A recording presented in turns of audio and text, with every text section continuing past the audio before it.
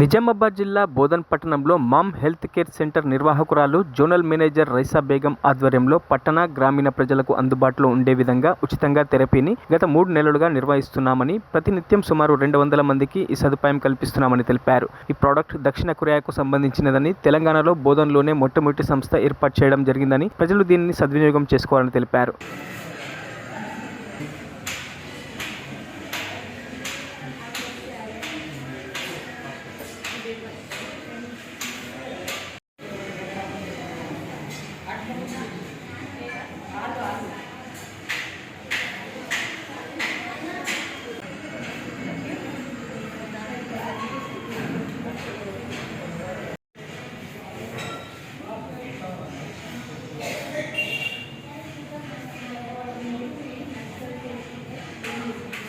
నమస్తే, నా పేరు రైసా బేగం. నేను ప్రాపర్ బోధన్ నుంచి. బోధన్ షర్బతి కినాల్లో mom health care centre open చేసినాం.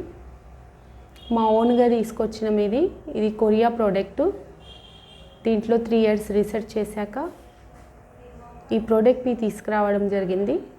మన ఆల్ ఓవర్ ఇండియాలో 25 years 25 సంవత్సరాల నుంచి ఈ ప్రోడక్ట్ ఉంది.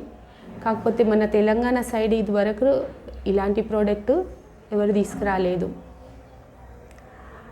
ఇదికి మేము ఇక్కడ న్యాచురల్ థెరపీ హీటింగ్ మ్యాట్ ద్వారా అన్ని వ్యాధులని సరి చేస్తాను. మేము చేసేది మీకు క్యూర్ చేసే వర్క్. యాక్చువల్లీ ఈ న్యాచురల్ థెరపీ ద్వారా మనకు ఎలాంటి సైడ్ ఎఫెక్ట్స్ లేవు. ఇది 30 minutes మేము హీటింగ్ మ్యాట్ పైన మీకు రిలాక్స్గా పండబెడతాం. ఆ హీటింగ్ మ్యాట్ పైన పడుకోగా మీకు ఆ 30 minutesలో దాంట్లో నుంచి ఆవిరి రూపంలో FIR రేస్ వచ్చి మన బాడీలో క్యూరింగ్ చేయడం పనిచేస్తుంది.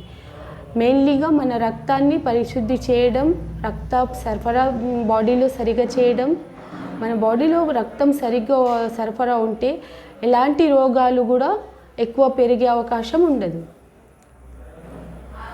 మనము ఇప్పుడు చాలా వరకు లైఫ్ స్టైల్ మారింది చాలామందిలో. అందువలన ఈ న్యాచురల్ థెరపీ ఇక్కడ తీసుకురావడం జరిగింది.